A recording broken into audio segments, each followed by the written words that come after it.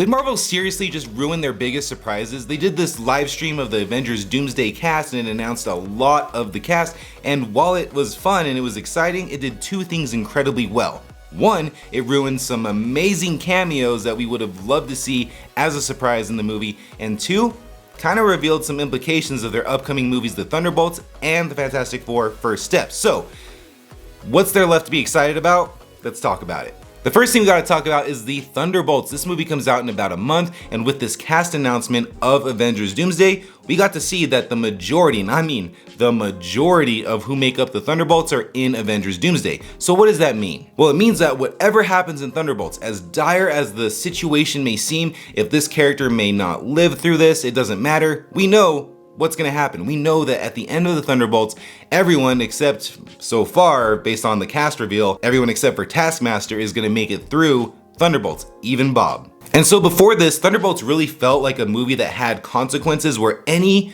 character, any member of the Thunderbolts could not make it out of this movie alive, and that's what really drew me to that movie, because it felt like for once in the MCU, there were consequences. But now, based on this cast reveal, it looks like everyone's gonna make it, except for Taskmaster, and that just is gonna kind of ruin the experience of watching the Thunderbolts. I'm still gonna go see it. I think that movie looks really fun, it looks really unique, but now that I know that Red Guardian, Bucky, even Ghost is gonna make it out of that alive, I feel like it's gonna kind of hamper the experience a little bit. It's gonna taper it down a little bit of my enjoyment, because there's gonna be no tension that I'm gonna feel in that movie. Once again, Marvel never really follows through with consequences of, if something's going on and this person ends up not making it, they just bring them back in another movie some way, somehow. So we already knew that was kind of gonna happen, but now the tension in that movie, whenever I go to see it, is gonna be way down, and that is a disappointment. So instead of wondering if these members are gonna make it to Doomsday, now it's how are they gonna make it to Doomsday? But why would Marvel do this? Are they just worried that the Thunderbolts don't have enough hype around them? I think the movie looks cool, and I know a lot of other people do too,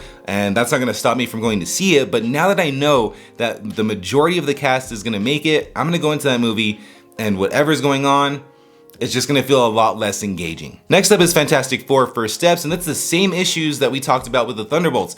Now, I didn't expect anyone in the Fantastic Four to bite the bullet because they're brand new. This is their first movie in the MCU. Of course they're gonna bring them in. They're banking big time on the Fantastic Four to be a major hit for them, and characters that we're all gonna enjoy and wanna see more of, so of course they're gonna make it into Doomsday. That's not the surprise. The surprise is that once again, we're gonna go and see this movie and something crazy is gonna happen, emotional things are gonna be happening, but it's gonna have zero tension behind it, because it's like no matter what the situation is, we know that they make it. They know that they survive. Now, Marvel's never shied away from having zero consequences. If a character dies, they just bring them right back in another movie, some way, somehow, kind of no questions asked, and that is really kind of the expectation at this point. But imagine we're watching Fantastic Four and Sue Storm gets sent to another dimension, or something happens in that vein where they're not necessarily dead, but they're in a situation where we don't know when they're gonna come back, or how they're gonna come back, or if they're gonna come back.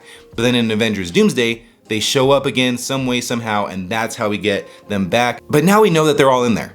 So imagine if we didn't know that, and in Avengers Doomsday, they come back. It's just little surprises like that that make it worth going to see. And now that we know that all the characters are gonna be in there, no matter what happens in Fantastic Four, once again, we know that they're gonna be in the next movie, so it doesn't even matter. It just takes away the tension from First Steps before we've even seen the freaking movie. So imagine going into Infinity War already knowing who would survive for Endgame. It just kills any emotional investment that that movie's gonna bring. And the last big issue that I had with the cast announcement was the cameos. Why did Marvel go in and show us that Ian McKellen is coming back as Magneto, James Marsden is back as Cyclops, Rebecca Romijn as Mystique, and plenty more? We're getting Nightcrawler back. We're getting Nightcrawler back from X2. Are you kidding me? That would have been so cool to see in the theater. Not only are we getting Nightcrawler back, we're getting the actor who played Nightcrawler, Alan Cumming, being back as Nightcrawler.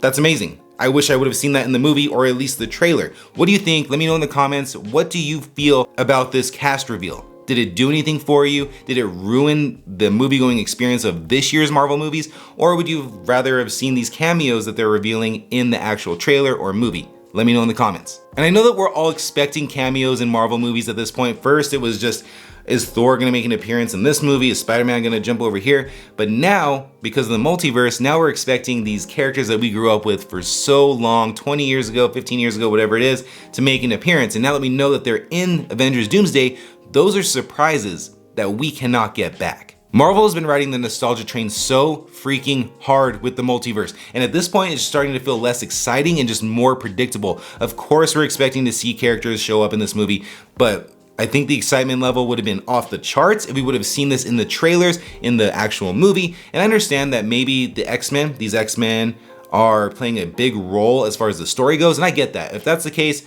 I'm more understanding to it, but if they're not, then this didn't need to happen. If they could have hidden them as far as the behind the scenes photos goes and leaks like that, then they should have went with not telling us anything. So that kind of leads me to believe that the X-Men that they have revealed are playing a massive role in the story, or else they wouldn't have done that. But at the same time, if that's not the case, whew, I'm gonna be mad. So why did Marvel do this? Why did they have a live stream go on all day long revealing all these characters and all these spoilers if we're being real? Are they just worried that the Doomsday name itself isn't gonna bring enough hype? Are they worried that the audience fatigue with the MCU is just at an all-time high, no one's gonna go see it? I could see that being a thing because Captain America Brave New World didn't really do the numbers that Marvel really wanted them to, so that could also be an issue. It just feels like they're banking on the nostalgia factor and bringing in all these big name characters that we grew up loving to get people in the seats, rather than building up the story of Doctor Doom, the Fantastic Four, naturally and slowly to build up that excitement to lead to this movie. So if Marvel is willing to drop all this information right now, what surprises do they even have left? Sure, there could be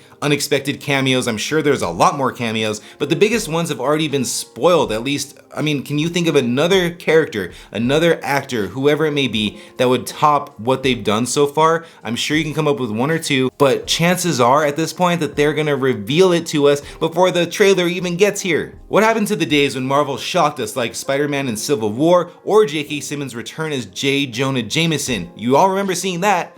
That got the theater going. That was something that they hid from us, and it was amazing. And instead of letting us just experience these great surprises organically in the theater the way that they were meant to be, they're just handing these out to us a year before the movie comes out. But at the end of the day, Marvel does have a real problem in my eyes. Like, if they just keep revealing everything ahead of time, the excitement is gonna fade. I understand that this movie is gonna be a big deal, and I actually did come around to the idea of Robert Downey Jr. as Doctor Doom. When it first happened, I was kind of indifferent about it. I was excited to see Doctor Doom. Don't really know if I want Robert Downey back as that, because I think that when he does this, it is gonna not spoil, but kind of, it's gonna do something to his legacy as Iron Man, and I don't really want that. Now, I'm just excited to see Doctor Doom, so bring it on. Robert Downey Jr. is a great actor. We've all seen it, we all know it, so I wanna see what he can do with the character. It's happening, why fight it? But the nostalgia can only carry them so far, because audiences are gonna stop feeling invested when these reveals happen, because we already knew that it was happening